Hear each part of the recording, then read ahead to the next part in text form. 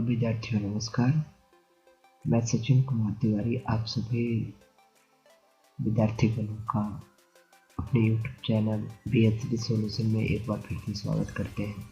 और आज सीरीज का दूसरा दिन है और आज सीरीज के दूसरे दिन में हम गोधले भाग 2 के श्रम विभाजन एवं जाति प्रथा के गद्य खंड का सब्जेक्टिव क्वेश्चन को कवर करने की कोशिश करेंगे और इसमें आप पाठ से रिलेटेड उस सारे क्वेश्चन को समझने का प्रयास करेंगे जो परीक्षा के लिए अति महत्वपूर्ण होने वाली है ना। और इस आधार पे हम आज सब्जेक्टिव क्वेश्चन को कवर करेंगे। और जो भी विद्यार्थी पहली बार हमारे चैनल पे आए हैं तो कृपया इस चैनल को सब्सक्राइब कर लें ताकि आगे आने वाली वीडियोज की जानकारी के लिए उन्हें सूचना मिल सके। और इस चैनल पे बिहार बोर्ड से रिलेटेड कक्षा 9th और 10th के बहुत सारे सब्जेक्टों का कवर किया जाएगा आने वाले समय में। फिलहाल क्लास 10th की बारी है, तो अभी हम सब्जेक्टिव क्वेश्चनों की ओर चलते हैं जो इस पाठ से रिलेटेड है, जो पाठ के साथ से आती है। पहला क्वेश्चन है कि लेखक किस विडंबना की बात करते हैं और विडंबना का स्वरूप क्या है। तो प्रस्तुत कहानी में लेखक ने एक विडंबना की बात कही है। तो आधुनिक युग में जातिवाद की पुस्तकों की कमी नहीं है, लेखक जिसे विडंबना कहते हैं। लेखक के अनुसार समाज में वो विडंबना का स्वरूप है जो जातिवाद का पोषण करते हैं। विडंबना का स्वरूप यह है कि आधुनिक सभ्य समाज कार्य कुशलता के लिए श्रम विभाजन को आवश्यक मानता है, क्योंकि हमारे समाज में विडंबना का स्वरूप और भी मजबूत तब हो जाता है जब आधुनिक समाज को सभ्य बनाने की कोशिश में कार्य कुशलता को ध्यान में रखते हुए श्रम विभाजन को आवश्यक मानते हैं। चूंकि जाति प्रथा भी श्रम विभाजन का दूसरा ही रूप है, इसलिए इसमें कोई बुराई नहीं है, ऐसा जातिवाद के समर्थक लोग कहते हैं। और उसी प्रकार से चैप्टर का दूसरा क्वेश्चन है जातिवाद के पोषक उसके पक्ष में क्या तर्क देते हैं। अर्थात क्वेश्चन का कहने का तात्पर्य यह है कि जो जातिवाद के पोषक हैं वो उनके पक्ष में क्या तर्क देते हैं। तो इसके भी उत्तर समझने का हम प्रयास करेंगे। जातिवाद के पोषक जातिवाद के तर्क में अपना पक्ष में तर्क देते हुए उसकी उपयोगिता को सिद्ध करना चाहते हैं।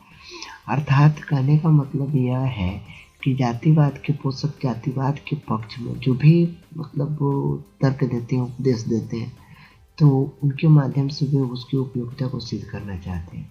जैसे कि पॉइंट बाय पॉइंट करके मैंने इस चीज को निर्धारित किया।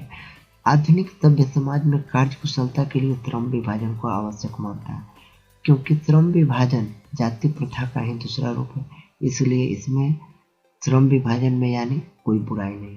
ऐसा जातिवाद के समर्थक इस चीज को मानते हैं कि आधुनिक सभ्य समाज में कार्य कुशलता के लिए श्रम विभाजन का होना आवश्यक है, क्योंकि इसके बिना समाज में सभ्य स्तर के समाज का निर्माण नहीं किया जा सकता।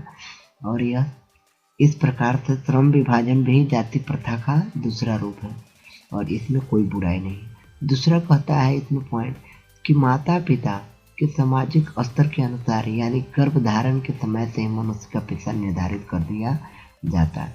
अर्थात कहने का मतलब यह है कि माता पिता के सामाजिक स्तर यानी उसकी आर्थिक गतिविधियों और आर्थिक स्तर को ध्यान में रखते हुए बच्चे पेट में होते हैं उसी समय उसकी पेशा का निर्धारण कर दिया जाता है कि फलाने जाति का है तो ये फलाना काम ही कर पाएगा।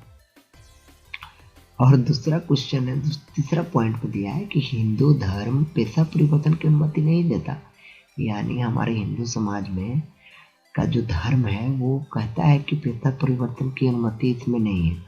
भले ही पेशा अनुपयुक्त या अपर्याप्त ही क्यों ना हो, भले ही उसे भूखे मरने की नौबत आ जाए, लेकिन उसे अपनाना ही होगा।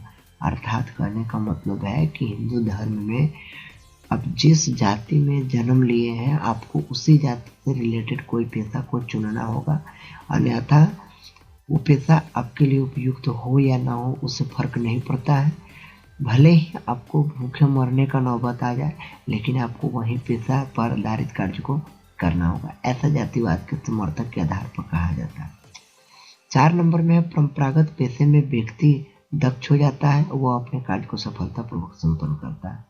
यानी तीसरे चौथे रूप में अगर हम देखने का प्रयास करेंगे तो जातिवाद के जो समर्थक हैं वो जातिवाद के पक्ष में यह तर्क देते हैं कि जो भी लोग जाति से रिलेटेड होते हैं वो अपने जाति का जो कार्य होते हैं उसमें काफ़ी दक्ष होते हैं और उनसे बेटर इस काम को कोई नहीं कर सकता।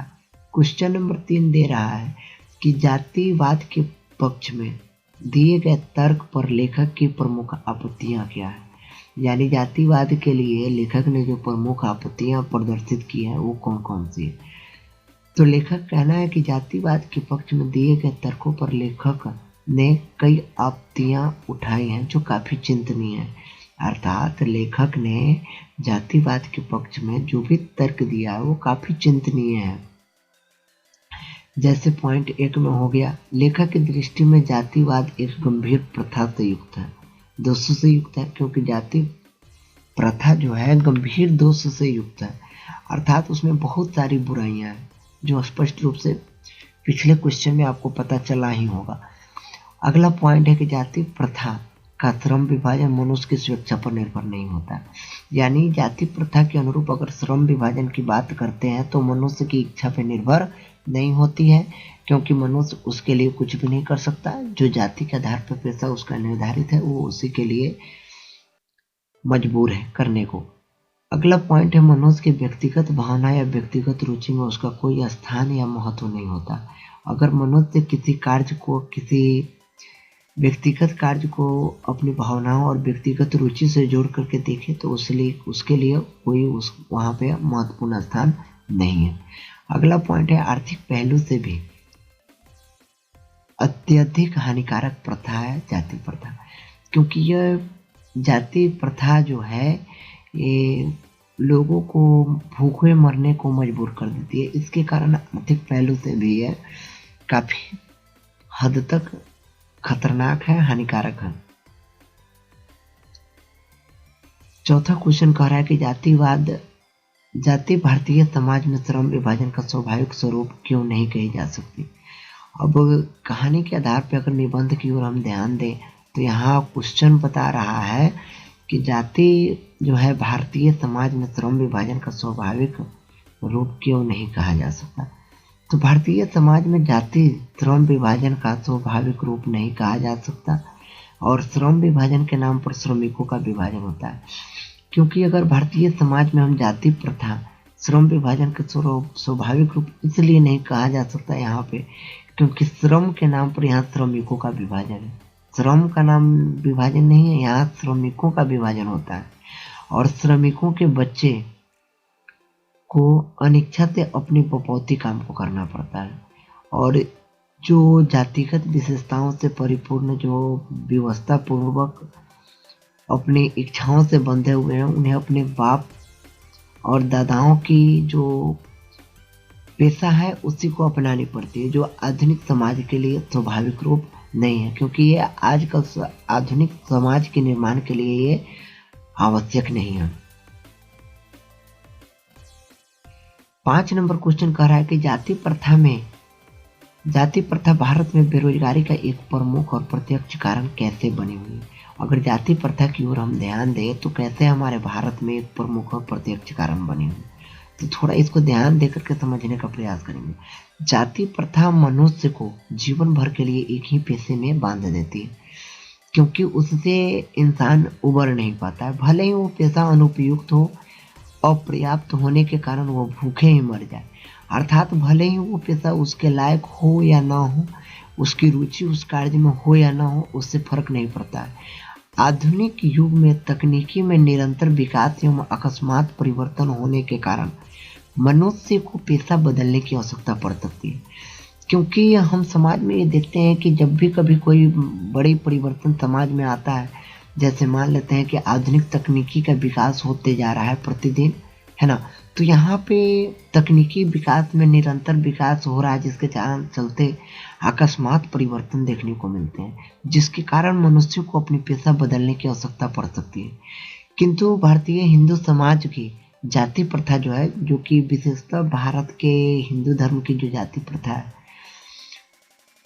व्यक्ति को परंपरागत होने के बावजूद ऐसा पेशा चुनने की अनुमति नहीं देती जो उसकी पैतृक पेशा ना हो, यानी उसकी बपौती पेशा ना हो, जिसपे उसके बाप दादाओं का हक ना हो, वैसे पेशा चुनने की अनुमति हिंदू समाज के, हिंदू धर्म के जाति प्रथा नहीं देती है।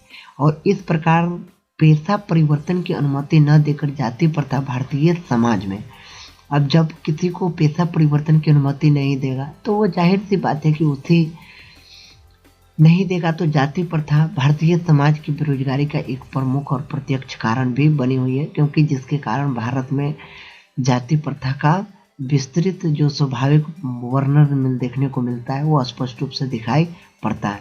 क्वेश्चन नंबर 6 में दे रहा है कि लेखक आज के उद्योगों में गरीबी और उत्पीड़न सबसे बड़ी समस्या किसे मानते हैं और क्यों। अर्थात लेखक आज के उद्योगों में गरीबी और उत्पीड़न का सबसे बड़ी समस्या किसे मानते हैं। लेखक आज के उद्योगों में गरीबी और उत्पीड़न की सबसे बड़ी समस्या जाति प्रथा को मानते हैं। लेखक के अनुसार उद्योगों में गरीबी और उत्पीड़न की सबसे बड़ी समस्या जाति प्रथा को मानते हैं। जाति प्रथा के कारण पेशा चुनने में स्वतंत्रता नहीं होती। जाति प्रथा की अगर बात करें तो पेशा चुनने की स्वतंत्रता जाति प्रथा नहीं देती है। मनुष्य की व्यक्तिगत भावनाओं एवं व्यक्तिगत रुचि के लिए इसमें कोई स्थान नहीं होता। मनुष्य अगर अपने व्यक्तिगत भावना को अगर उसमें दायरा में ले या रुचि को अपने दायरे में ले तो उसमें उसके लिए कोई स्थान नहीं होता है।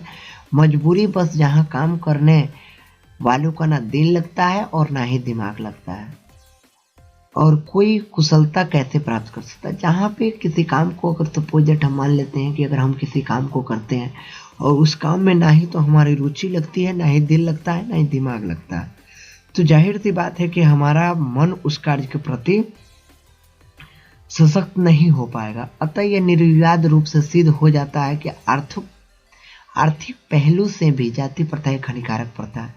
और जब आर्थिक पहलू से हानिकारक प्रथा है तो जब हम इस चीज के माध्यम से समाज से, अपने परिवार से गरीबी और उत्पीड़न को दूर करने की कोशिश करते हैं, और जब ये नहीं कर पाते हैं तो जाहिर सी बात है कि ये आर्थिक पहलू से भी हानिकारक होगी। 7 नंबर क्वेश्चन है कि लेखक ने इस पाठ में किन प्रमुख पहलुओं से जाति प्रथा को एक हानिकारक प्रथा के रूप में दिखाया। लेखक ने पाठ के किन पहलुओं से, किन माध्यम से जाति प्रथा को हानिकारक प्रथा के रूप में दिखाया है। तो इसका आंसर होगा कि जाति प्रथा के कारण श्रमिकों का अस्वाभाविक विभाजन हो जाता है।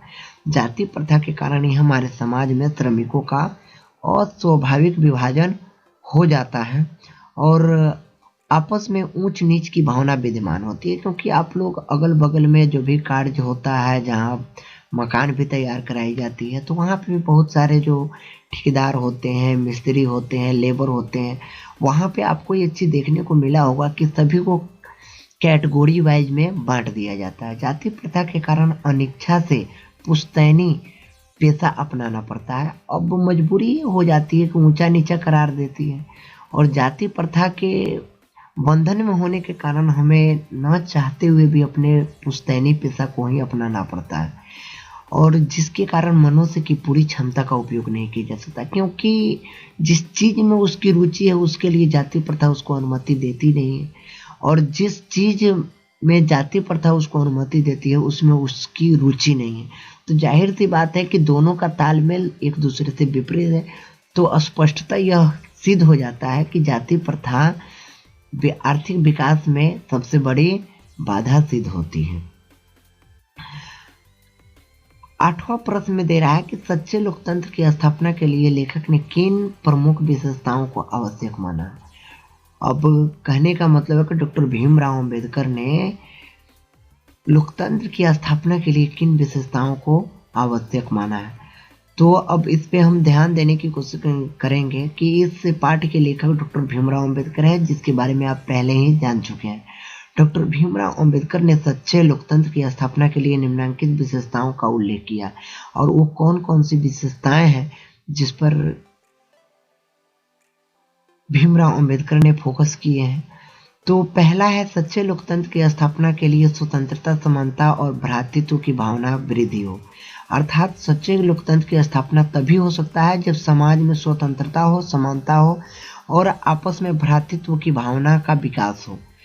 अगला पॉइंट दे रहा है कि समाज में इतनी गतिशीलता बनी रहे कि कोई भी वांछनीय परिवर्तन समाज के एक छोर से दूसरे छोर तक संचालित हो सके। अब कहने का इस टॉपिक के माध्यम से हम ये बताने की कोशिश कर सकते हैं कि लेखक का कहना है कि समाज में गतिशीलता इतनी बनी रहे, परिवर्तन की जो गति है इतनी तेज हो कि कोई भी छोटी से छोटी भी परिवर्तन हो, समाज के एक छोर से दूसरे छोर तक उसको संचालित रूप से देखा जा सके।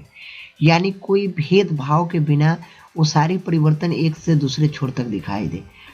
स्पष्ट रूप से इसे समझने के लिए, जैसे हम किसी थाली में अगर पानी डालते हैं तो स्पष्ट रूप से हमें देखने को मिलता है कि पानी बराबर मात्रा में सभी दिशाओं में फैल जाती है। तो समाज में भी विकास उसी आधार पे होना चाहिए, ऐसा हमारा मानना है, लेखक का मानना है। पॉइंट 3 में है, समाज में बहुविध हितों में सबका भाग होना चाहिए और सबको उसकी रक्षा के प्रति सजग भी होना चाहिए। हम एक दूसरे के प्रति कटिबद्ध होना चाहिए हमें, तभी जाकर के समाज का कल्याण हो सकता है, समाज की रक्षा हो सकती है। 4 नंबर में है, सामाजिक जीवन के अबाध संपर्क के अनेक साधन व अवसर उपलब्ध होने चाहिए। अर्थात समाज में जीवन के बिना किसी बाधा के एक दूसरे के संपर्क में आते हुए साधनों के और अवसर उपलब्ध होने चाहिए ताकि समाज के हर वर्गों के लोगों तक ये सुविधाएं पहुंचती रहें। 5वां नंबर पॉइंट में लेखक ने बताया है कि दूध और पानी के मिश्रण की तरह भाईचारा भी होनी चाहिए और इन्हीं गुणों एवं विशेषताओं के युक्त तंत्र का नाम भी लोकतंत्र है। अर्थात भाईचारा का बंधन इस प्रकार से होना चाहिए कि हमारे समाज में जो भाईचारा का विस्तार है इस प्रकार से होना चाहिए जैसे दूध और पानी का मिश्रण, जो कि पहले ही क्वेश्चन में जो ऑब्जेक्टिव क्वेश्चन जिसमें हम पढ़ाए थे, बताए थे कि किस प्रकार से वहाँ पे दूध और पानी का मिश्रण होना चाहिए, क्योंकि एक दूसरे के बीच काफ़ी विस्तार पूर्वक संपर्क होना चाहिए। ठीक है, तो वहीं उसी चीज का दूसरा नाम लोकतंत्र है ना। तो इस प्रकार से आज का सब्जेक्टिव चैप्टर का सब्जेक्टिव क्वेश्चन जो है भीमराव अंबेडकर द्वारा लिखित श्रम विभाजन और जाति प्रथा का, ये सब्जेक्टिव क्वेश्चन भी आज समाप्त हुआ है।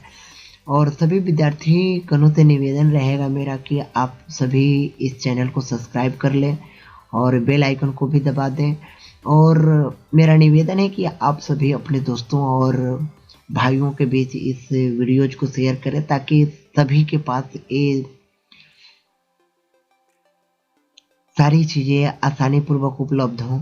और मैं सभी विद्यार्थियों से ये भी बताना चाहता हूँ कि सभी विद्यार्थियों को फ्री में PDF नोट्स चाहिए तो हमारे डिस्क्रिप्शन में टेलीग्राम चैनल का लिंक दिया गया है, वहाँ से आप टेलीग्राम को ज्वाइन करके प्रतिदिन क्यूज में भी भाग ले सकते हैं और ऑब्जेक्टिव क्वेश्चन और सब्जेक्टिव सभी प्रकार के क्वेश्चन आपको वहाँ पे हर सब्जेक्ट में मिलते रहेंगे। तब तक के लिए धन्यवाद, बाय बाय।